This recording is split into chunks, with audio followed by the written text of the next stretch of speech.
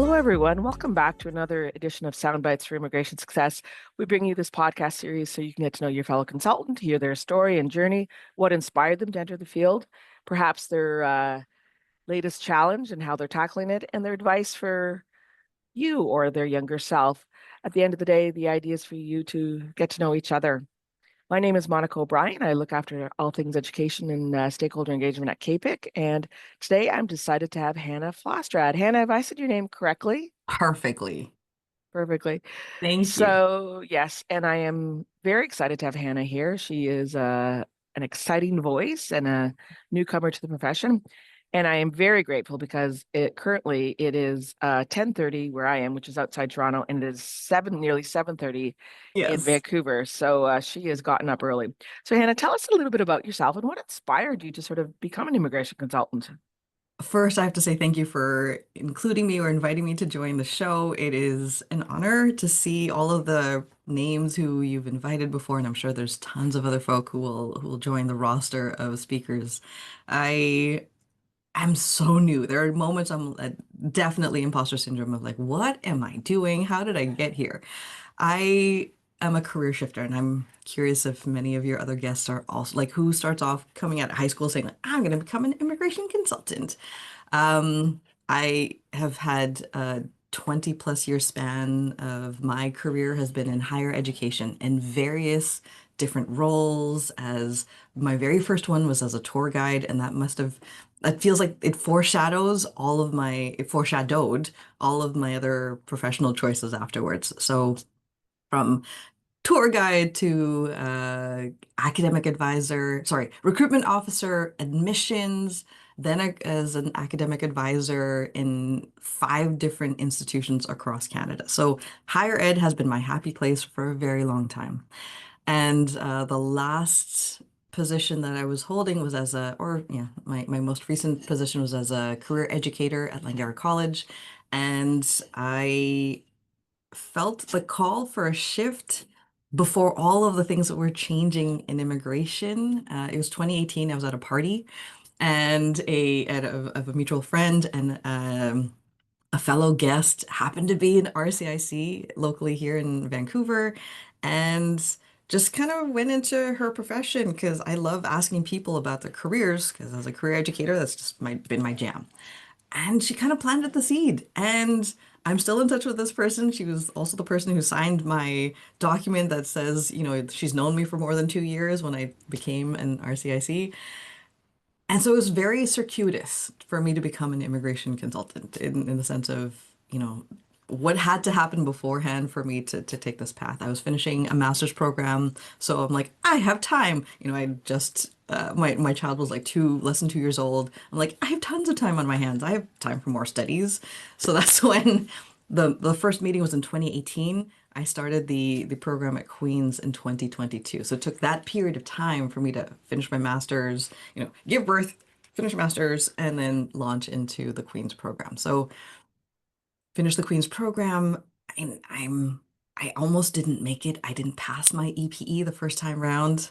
I had my husband, my biggest cheering fan was husband, but also the community that I started to build at Queen's. And one of them is my now boss. So she was my instructor for ICL 890. It's the last course of the capstone course of Queen's, the business management program. And Catherine Beer, who I think it was her first semester teaching, was my cohort. And I stayed in touch with her after the course was done. And when I didn't pass the first time around, I'm like, I don't know if I should do this thing. I should probably consider another career that's related to immigration, maybe. And she's like, you're going to kick yourself if you don't give it one last shot. And so I wrote the first one in September, licked my wounds in November when I got the news, and with her urging and my husband's urging, we're just like, okay, I'll do this one more time. I wrote it again in December of 2023, and I got my all of the license thing in March of 2024. So Wow. that, So yeah. here you are. So congratulations. You're just a year in, Hey, but it's taken since 2018 to sort of get here. yeah. And your story is not an unfamiliar one. Okay. many your question was like how many of that I've interviewed have been the Shifter. similar path, and it's very, very similar. Um, Mhm. many have come as immigrants themselves, Mm. and so they've sort of been through the immigration process, and maybe they've listened to some of their relatives, maybe they've helped a friend, and some people just feel it's a natural fit for them. But it is not a typical career that people Mhm. choose out of high school or university, although Mm. it is a little bit of the data from Queens, which is one of the programs where you can take the immigration program. The other one is the University of Montreal. Um, there is a little bit of data now that there's a small number of people that are coming right out of university Wow. who are choosing to do this. So the goal is to make it entrenched for options for people as a career. Because right Mm. now it is a second, third, and fourth career for many in the profession. But I think your story, you well prepared you for sort of where you are. Because first of all, as a career Educator. shifter, Yes. yeah, and I wrote down the word career Yeah. shifter. Yes. You can sort of relate to your clients who are coming to Canada. Yeah. Yeah. Um, and also you can sort of let them know, like you sort of can prepare them. It's hard when you get here. Or if you're already here, it's really hard to jump right in at the same level that you were in your home country, and it's a battle. So do you find now, in terms of what you're doing as you're that guide, do you find you also spend some time talking about the reality on the ground of what life is like here a little bit too? Well, actually, so my last piece or the last when I shifted from the local college here in Vancouver, I was working predominantly with post-degree diploma students. That was the program that I was supporting and helping, providing the career education component. I was working directly with these students. So I was immigration adjacent in the sense of I didn't at that time, I wasn't licensed. I didn't have the knowledge that I have now of what they would need for their immigration pathways. But as a career educator, I was helping them understand, like, how do you tell your story? How do you navigate? You might have been a lawyer, a medical professional, a project management person, like a project manager in your previous professional lives. How are you doing that shift? How are you bridging that gap? How are you, networking and building your ecosystem of professional connections to be able to either leverage or, if it's a career shift or to stay in the same profession, how do you do that? So for my own career shift, for my own understanding, like what I bring over from that professional background is I think the resounding thing is you have to have community. You cannot do this alone. And that for me is what I sometimes, like I lean into very much, as a career educator and as now a career shifter myself is there's no way anyone can do this by themselves. And so having to bring that to, clients and saying, that's not been so much the conversations. I think it's very much immigration stuff, but like finding where the transferable skills may come through is a larger conversation that may happen afterwards because immigration when Yeah, this topic of immigration is like it's very front of mind and that's yeah, the thing. But that's what I feel I will bring as I grow in this profession is helping people understand through two different lenses. Their yeah. career aspect, which is what will help them sustain themselves when they have, found their footing after they've got their immigration stuff kind of cleared up, is that career piece of the puzzle. Yeah, and it's interesting how you say you really had to use those skills and ideas that you were imparting on your clients, on Students, your former students. education clients. Yeah. You had to take those on yourself. And it is true. It is all about community. I mean, no matter what field you're in, I mean, nobody should ever have to do it alone. Mm, But it's about leveraging those connections. So that brings me into kind of my next question. sure. Um, so you've been doing this a year and it took you sort of 7 years to get here you are by the time you're raising your little baby who's now 6 and finishing Exactly. what was your master's in, by the way? Liberal studies. It was purely for my own profession, my own personal appetite of just reading the classics and diving into humanities and all these Oh, the context of why do we do business? How do we do things? It's because of, understanding the history of things. So oh, I that's love what, it. Very, very interesting. So thank you. what for you has been a big challenge maybe at this stage of your new career, and how are you tackling it? Solve that. This is a fantastic question, and it's actually one that I've had with Catherine. I will probably keep referencing my amazing boss and mentor and guide through this profession.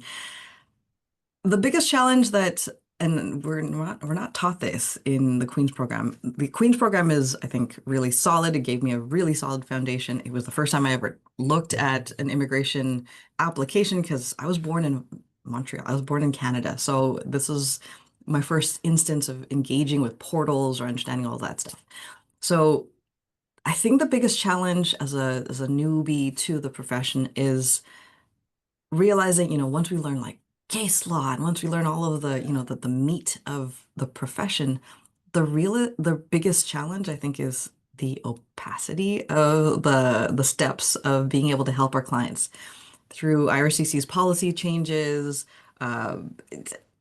Okay, so the biggest challenge I had like most recently was the IMM 5476, the use of representative form. That feels like a non-thing. It's just you fill in the form, you send it in. For a month, back and forth with IRCC agents saying, do this again. It's not valid, it's not good enough or whatever. And I was doing a switch. I was canceling Catherine and putting myself on for a client. And it finally took me sending a message to IMREP, the inbox email thing, to find out when it's not through the secure portals, an electronic signature is not sufficient. It needed to be a wet signature. It took me a month to figure that part out. So it's that level of the rules seem to say one thing and it's not coming through that the way that you said it on the website. So it's this puzzling thing. And that's also both a challenge, but also something that will, I think, keep my brain very alive and very alert to this profession is there's going to be puzzles. I love puzzles. And so this Yeah, yeah. will be No, just a puzzle upon puzzle. yeah, no, and that, I mean, that was just a small example that you gave. I Tiny. mean, and that's part of one of the reasons why we have jobs, because we have to guide our clients through this maze and these puzzles. And Yes. your challenge there of sort of dealing with those things at both big and small level are it's frustrating. And now we hear with the reduction in levels, the cutting the staff, increased use of technology. So where do we go from here? And our job is to manage all that and mitigate. So how are you then? What's your goal in trying to solve that? For me, well, back to this idea of the ecosystem, the professional array of connections that I have. That's one of the gifts that Queens has gifted me is now a huge intersection or a huge interweaving community from coast to coast. I have connections all the way from Halifax to Nanaimo, and in that as well as Catherine and her ecosystem of professionals. So it's building this community of other practitioners like, I don't know what just happened. Can someone please help me and guide me if you've had that experience? It's that having, a community of practitioners who Well, that's all need exactly why we have CAPIC. That's that. why we Mhm. we all work together. You know, uh, Reaching out across the web. Exactly. Yeah, and please consider CAPIC as part of your Yes. ecosystem. Uh, yes. Meeting, when you sit around a conference table and you get to meet those new people. I have to ask you, how did you enjoy your experience at the NCIC in Lake Louise? It was very educational. I think as it was my first one, and Catherine even said, like, take a moment, don't do everything, don't try to pile so much on your plate. I didn't listen to her. And by the end of the 2.5 days, I was tired. I needed a moment to catch my breath because I tried to attend every single session. You invited me to be a moderator on a panel, and that was quite the experience to see the audience and to feel the heat of like, I don't know exactly what I'm doing, but I will try to muster my way through. And it was impressive. It was really interesting to be in the same room as the movers and shakers and people who've been in this profession for many years and IRCC representatives being in the room. Like it was fascinating. It was just so Yeah, educational. it's a real people, it's a real place to people watch as well. And to Yes, sort of see all the definitely. nuances and the Definitely. political things that go on and the lobbying that goes on and things like that as well. And it was a great way to make connections. That was for me such a rich place to meet other people in the profession, and that was my biggest takeaway. Is just like now I have new connections that I didn't wouldn't have had a chance to meet otherwise. Before we came on air, we were just chatting a little bit about working remotely, and you were telling me a little bit about the struggle of working remotely. Yeah, So how do you tell us a little bit about maybe a challenge around that and what you're doing to overcome that? absolutely. I think, having shifted from being an educator and having just night, like I would have my class and I would teach, twice a week at this particular times and having it really set in stone of like those are immovable periods of time that I would have to do something for, my students or teach or whatever. That having to, and I'm kind of late at the game because I'm sure many folks who are working through the pandemic had to find their way through that as well, is really building blocks of time that are immovable and having to make that in my schedule now as working from home remotely fully 100%. So I've become very sedentary since being a grad student, and then even more so now working from home is as an RCIC. So I've signed up to a CrossFit gym in my neighborhood so that I have no more excuses of just sitting. I could if before finding my way to the gym, very easily spend 4 to 6 hours just in front of them, in front of my screen, not moving because I was like, I have to finish this thing. This file needs my attention, or I'm doing some research and I was just down a rabbit hole. So really carving out and being firm about I need to do this for my future self of moving, of being somewhat healthy is now a very important priority for me. Sleeping better, sleep hygiene, trying to get into bed before 1 o'clock in the morning is now, a huge priority so I can be rested to take on the next day. That is something that I have to find my rebalance because again as a grad student I would sleep the latest hours so I can finish the paper and do the thing and my little one so it's finding Yeah. in that mess. So when you graduated from Queens, were you the second cohort or third? You know what, I think we were the fourth. I You're the was fourth. fourth cohort because it started in 2021 I believe 2021 or 22, so it was later in the fall of 2022. Yeah. So it's a really it's a tough course. There's lots of reading, lots of challenges.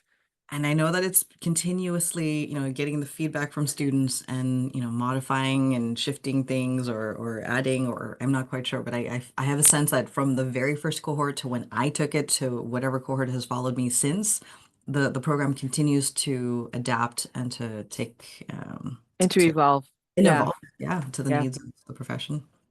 Well, I like the way that you're taking care of yourself. Thank you. About being healthy, time for yourself. And getting that mix of people, right? Especially because I mean, look, you and I are talking through a screen right now, although Mhm. our audience will just hear our voices.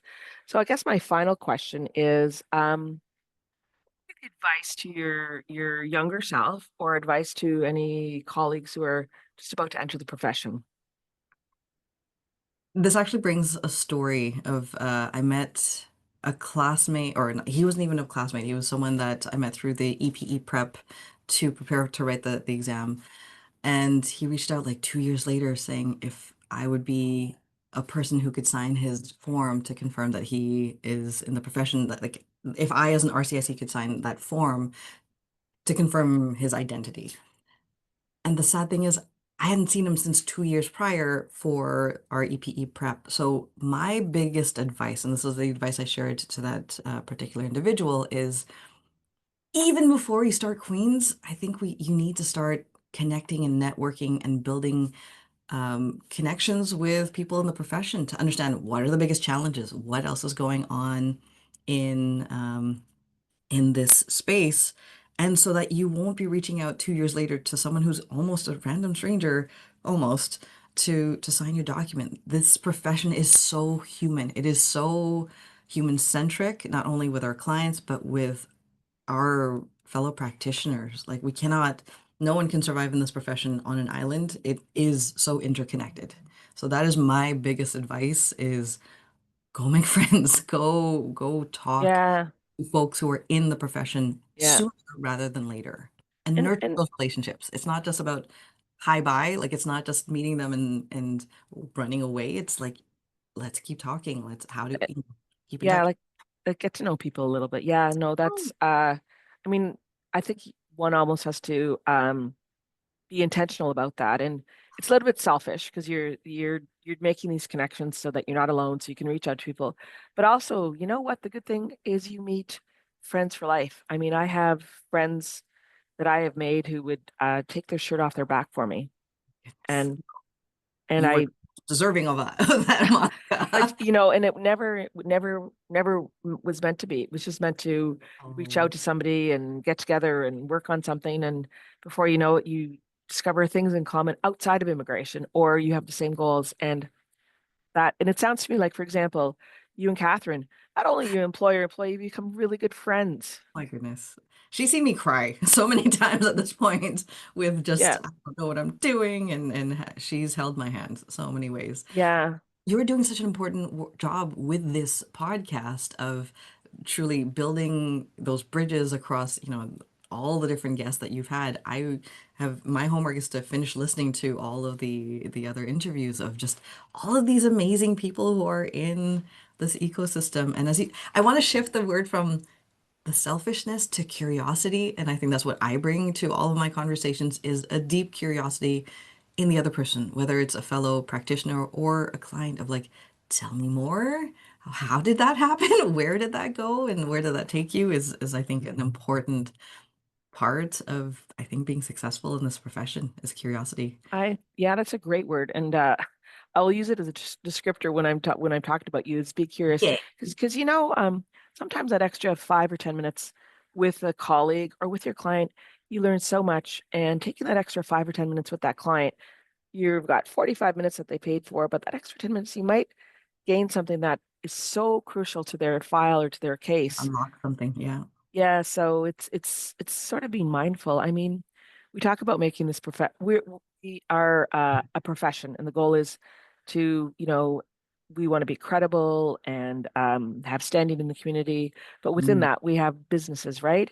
And mhm. we always have that conversation: are we a business or are we a profession? Well, we're both, right? You Mhm. may have a business within inside a profession, but you have to be curious. You have to have that humanity. Um, that will bring us closer together and hopefully be good for our clients. So, Hannah, Yeah. thank you so much. I want to ask, do you have any final words of wisdom? I think it's just reiterating that staying curious is so important in this profession. I look forward to many years and never retiring from this profession in the sense that it'll always keep me learning. I think it's a unique one for that. Well, well, I love the idea of you always keep learning. And I can certainly say after 30 years, I'm continuously learning and mostly learning from colleagues like you who bring in a fresh perspective, your own background, and that mantra of always be curious. Always. Uh, Thank you, Hannah, for taking the time. It's been such a pleasure. Thank you, Monica. This is such a treat. Thank you. And thank you to our audience for taking the time to hear Hannah's story. And hopefully, some of her words have resonated with you. And we look forward to seeing you at the next podcast. Take care.